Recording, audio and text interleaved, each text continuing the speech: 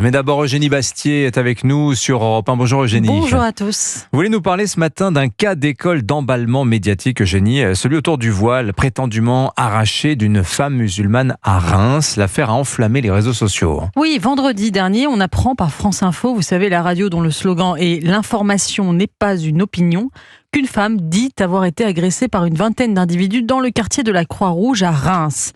Elle aurait été prise à partie, on lui aurait demandé de retirer son voile, ce qu'elle aurait refusé de faire, elle aurait été ensuite frappée. 38 minutes seulement après la publication de l'information, Jean-Luc Mélenchon a réagi sur le réseau social X. Quand les fachos islamophobes sont encouragés depuis le gouvernement et les médias, la violence sexiste se déchaîne, ça suffit.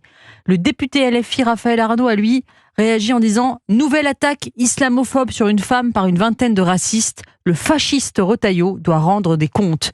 Olivier Faure, le dirigeant du PS, a lui aussi mis directement en cause le ministre de l'Intérieur, accusé d'entretenir, je cite, un racisme d'atmosphère. La patronne des Verts, Marine Tondelier, a dénoncé un, je cite, symptôme nauséabond de la glissade de notre pays vers l'extrême droite. François Ruffin, qu'on nous présente comme le nouveau modéré de la bande, a dénoncé, je cite, le chef d'orchestre Retailleau qui organise la haine depuis la place Beauvau. Tous, c'est bien simple, tous les responsables de gauche se sont précipités comme des moutons sur ce fait divers pour faire du clientélisme électoral et mettre une cible dans le dos du ministre de l'Intérieur avant même de vérifier les faits. Et surtout qu'il s'est avéré, Eugénie, que cette agression, en réalité, n'avait rien d'islamophobe. Écoutez, c'est pas moi qui le dis, c'est le procureur de Reims, samedi, dans une conférence de presse, qui dit « À ce stade, le caractère anti-musulman n'a pas été démontré. Les versions des uns et des autres sont divergentes. » Âgé de 17 ans, le suspect, qui avait un différend avec la victime qu'il connaissait, a été remis en liberté. Il conteste la version de la jeune fille. Il ne lui aurait pas arraché le voile, mais c'est elle qui l'aurait enlevé dans l'altercation, a-t-il dit.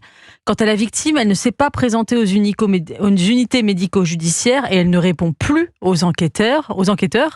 En l'absence de circonstances aggravantes, et dit Tété, ce sont des faits simplement contraventionnels. Bref, on est bien loin du scénario d'une agression violente islamophobe déclenchée par les discours du ministre de l'Intérieur.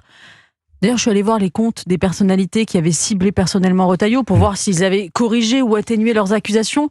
Bien sûr, il n'en est rien. Quelle leçon on peut tirer de cette affaire, Eugénie Bastier ? Écoutez, avez-vous entendu beaucoup de journalistes dénoncer l'emballement médiatique autour de ces faits ? Non, cette formule, on la garde pour le meurtre de Thomas à Crépol ou pour les faits divers brainwashés par l'extrême droite. Quant aux journalistes du service public, habitués à traquer les fake news quand elles émanent de la fachosphère, là, c'est silence radio. Et vous savez quoi ? Il n'y a qu'à faire un tour sur TikTok pour constater que le démenti n'a jamais rattrapé cette fausse nouvelle initiale. Les comptes qui relayent la soi-disant agression d'une femme voilée par des racistes totalisent des centaines de milliers de vues. L'un d'entre eux le dit. Quel pays de merde, en parlant de la France. Voilà à quoi on en est arrivé. Pourtant, selon un baromètre publié la semaine dernière par la Commission consultative nationale des droits de l'homme, la tolérance des Français envers les minorités grandit, elle n'a jamais été aussi grande. Contrairement à ce que raconte la gauche, les Français ne sont pas racistes et islamophobes. Ce qui grandit en France, en revanche, c'est la haine de la France, entretenu par des politiques irresponsables. Signature Europe 1, Eugénie Bastier. Merci beaucoup, Eugénie, pour votre regard sur cette sordide affaire. Dans un instant.